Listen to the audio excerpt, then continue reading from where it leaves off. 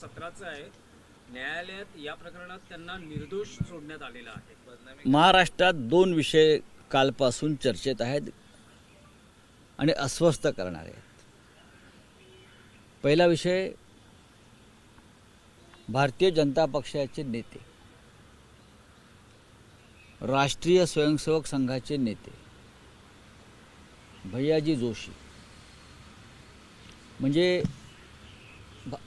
भारतीय जनता पक्षाची ध्येय धोरणं जे ठरवतात, ध्येय धोरणं, असे श्री भैयाजी जोशी हे काल मुंबईत आले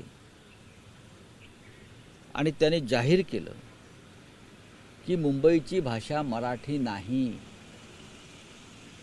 हा अत्यंत गंभीर विषय आहे.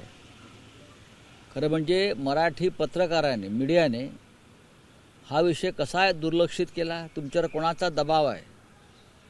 भारतीय जनता पक्षाचे प्रमुख नेते इथे मुंबईत येऊन सांगतात की मुंबईची भाषा मराठी नाही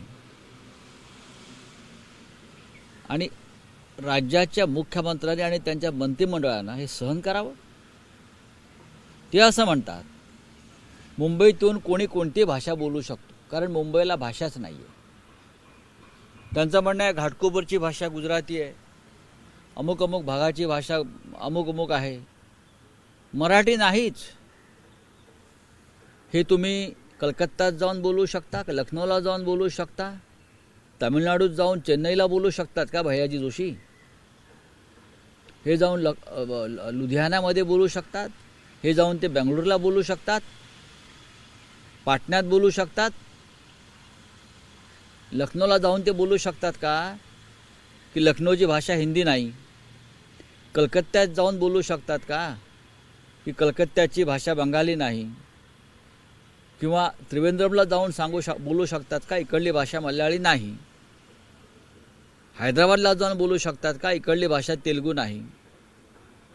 पण महाराष्ट्राच्या राजधानीत येऊन ते सांगतात